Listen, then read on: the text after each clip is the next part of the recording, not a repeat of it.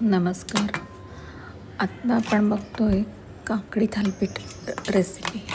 अगदी सोपी आणि हेल्दी सकस खाण्यासाठी. तर मी इथे काकडी चिरून घेते आहे, किसून घेते आहे. त्यानंतर ह्याच्यामध्ये आपण टाकणार आहोत ज्वारीचं पीठ. हे ज्वारीचं पीठ टाकलं. त्याच्यानंतर काही मसाले टाकायचे, म्हणजे जसं तिखट, मीठ, आलं, लसूण ज्यांना जे आवडत असेल त्याप्रमाणे. मी इथे टाकलं आहे तिखट, मीठ, धणेपूड, जिरेपूड, त्यानंतर आलं पण टाकलं आहे मी.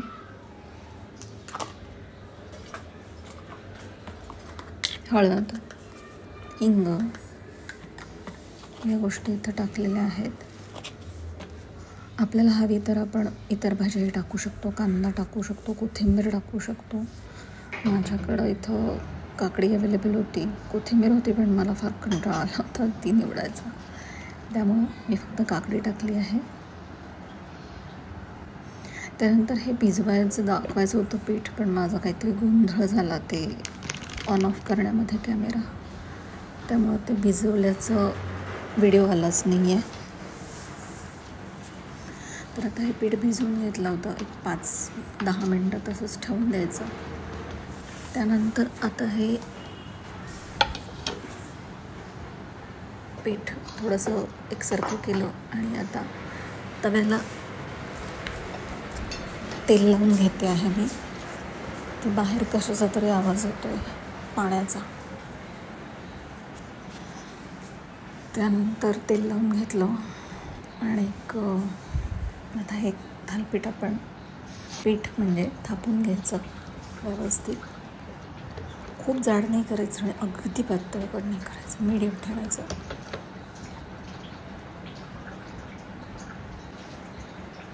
पाण्याचा हात घेऊन थापलं तरी चालेल. त्याच्यानंतर ह्याच्यावर मी थोडेसे तीळ टाकलेले आहेत.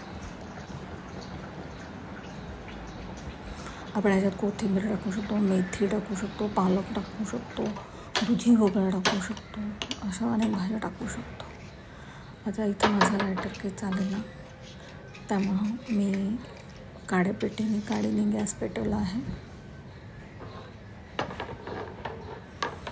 आणि आपण आता हे झाकून ठेवायचं. साधारणपणे 2 ते 3 मिनटं झाकून ठेवायचं आहे गॅस चालू करून.